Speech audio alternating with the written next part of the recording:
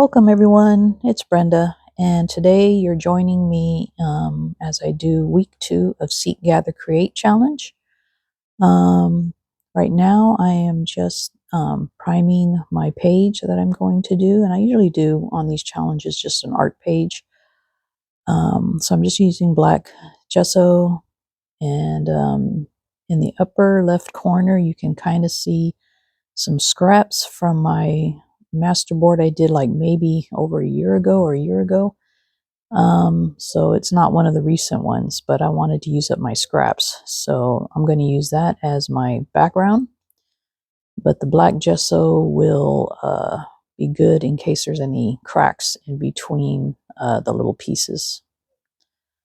So my next step is I'm going to kind of puzzle it together and glue down these pieces in the best way that I see fit. And a good thing about this old masterboard was it had teal on it already. So I was like, all right, cool. I don't have to worry about the teal prompt. I already have that covered. So anyways, so now I'm just piecing it together and gluing it down.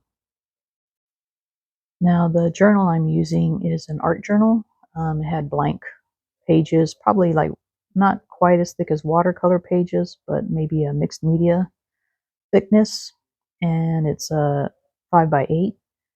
And I already have one journal that's already filled with the Seek, Gather, Create challenge and a couple other challenges in it, and this is my second one. So maybe after this challenge or after the next one, which will probably be around August, I'll do some flip throughs on these.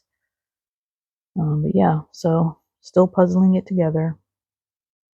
Had to do a lot of edits because my head kept getting in the way, and it was, see, like that. So that's why you see all the changes. All right, here I'm just checking and make sure all the pieces are glued down. Because it is a masterboard, a lot of the parts, once you cut them, they start peeling up. Now I'm going to just cut the edges to fit the page.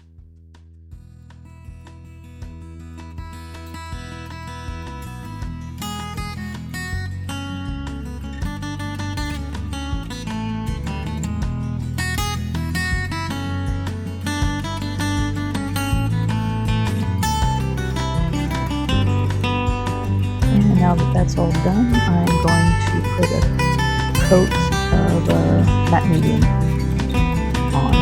And like I said before, I do this a lot on my pages, is I'll put a layer of matte medium over it. One, to protect it, and two, because as you'll see at the end of this video, how I was able to use it to my advantage.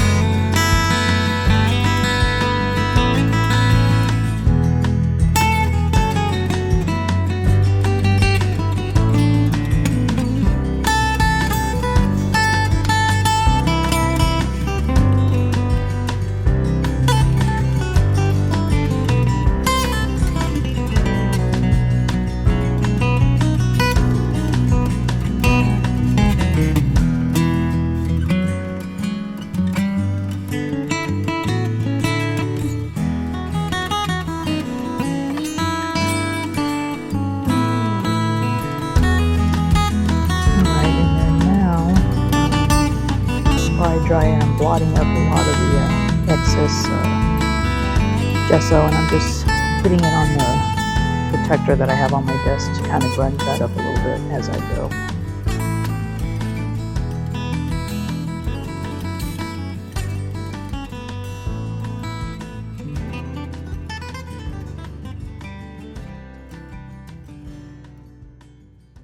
And now I was about to glue it down, and then I remembered, oh wait, I need to rust it up first before I glue it down, otherwise I'll get that rust stuff all over the background. I'm using a Finnabar rust paste. This is the brown, and I like it because it's kind of gritty and textured already. So I really like this to do some of my rust with. I don't use it all the time, but it is a good Good thing to have in your supplies if you are really into rusting up stuff. You don't want to do natural rust. Yeah, it works good on metal and everything, wood, all kinds of elements, and it dries and it stays. It doesn't peel off or anything like that. Okay, this one is the red version, and there's also a yellow.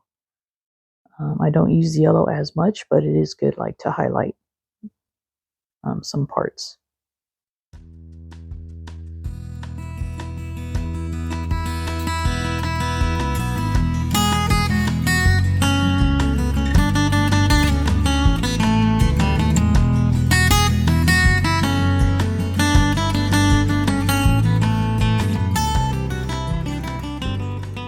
I usually go back and forth with the colors until I get a happy middle ground where I like it. And I'm using a hard bristle brush. It was a blending brush, but I use it so much and it's kind of damaged, but that's what I like about it. It's pretty much dry. I don't really wet it before I use it.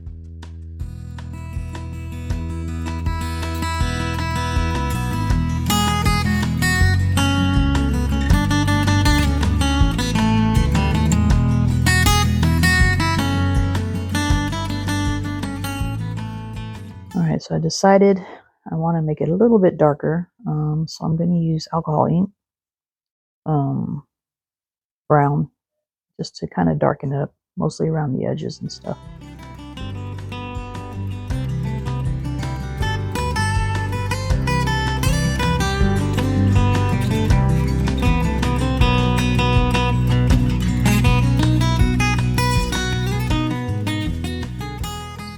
Okay, so now I'm putting the face together, and no face is complete without googly eyes.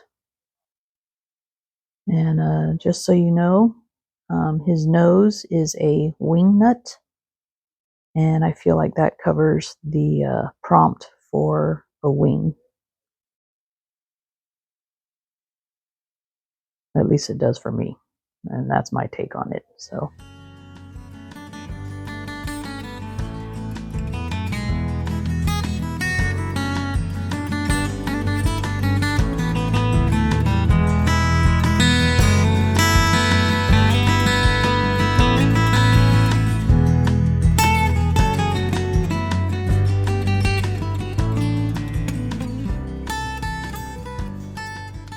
For the prompt stripes, I painted using acrylics, the drips, and I tried using the inks and the oxides from Tim Holtz, but they would never dry, so I went with acrylics instead.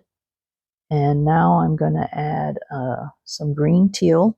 Even though I had teal already on there, I wanted the face to pop out a little bit more, and I figured putting teal around it would make the face pop out a little bit better.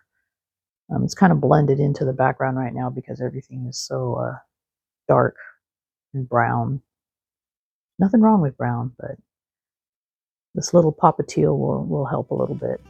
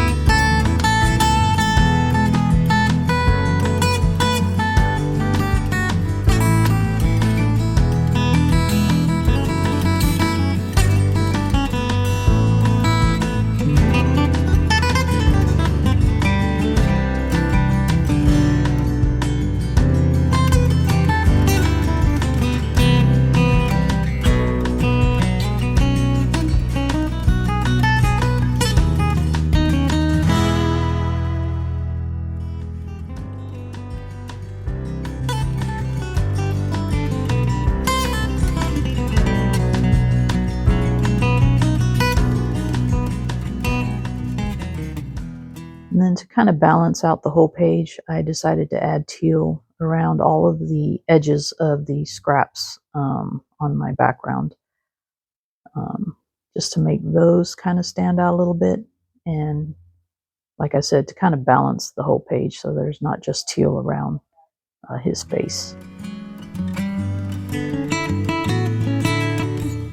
I also decided to clean off some of those drips. I really don't like them. And when I realized I already had stripes in the background and I didn't need those, I decided to clean off as much as I could and try to blend it in with some more teal.